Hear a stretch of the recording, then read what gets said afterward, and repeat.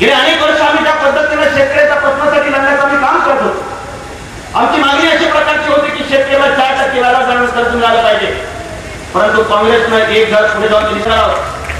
मी या निमित्तानं आपल्या सर्वांना विश्वास देऊ इच्छितो की सन्माननीय पंतप्रधान या भारत देशाचा विकास या ठिकाणी प्रगती होण्याचं काम ज्या पद्धतीने चाललेलं आहे, मला विश्वास आहे की येणाऱ्या काळामध्ये डॉक्टर अब्दुल कलाम ज्या पद्धतीने सांगितलं की 2020 मध्ये भारत देश हा विकासाची ज्या पद्धतीने गती घेऊन जाण्याचं काम श्रीमती सोनिया गांधीच्या नेतृत्वाखाली डॉक्टर मनमोहन सिंगांच्या नेतृत्वाखाली चाललेलं आहे.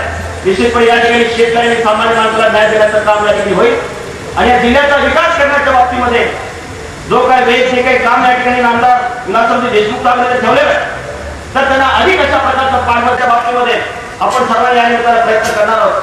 आणि प्रचाराचा समारोप नाहीये, खरे अर्थाचा समारोप ज्यावेळेस शेवटच्या मतदाराचं मत त्या पेटीमध्ये पडेल तोपर्यंत आपण सर्वांनी या ठिकाणच्या सहकार्याने कार्यकर्त्यांनी मतदाराला त्या ठिकाणी घेऊन जाऊन मतदान करून घेण्याचं काम आपण करणार आहोत आणि म्हणून अधिक अशा बाबतीमध्ये आपण सर्वांनी प्रयत्न करावा अशा प्रकारच्या अपेक्षा व्यक्त करून माझे 2 शब्द संपवतो. जय जय.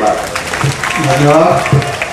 बालकीहून खास शुभेच्छा देण्यासाठी आमदार ईश्वररावजी खंडे या ठिकाणी आलेले आहेत. आम्ही त्यांचं मनोभावे स्वागत करतो आणि आमदार खंडे साहेबांनाच विनंती करतो की 2 मिनिटं.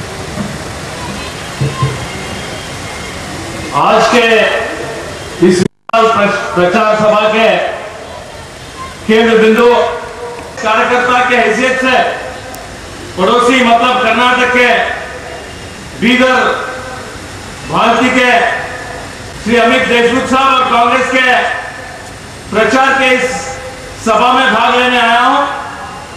भाइयों, हमारा और विलासराव साहब का मेहनत करके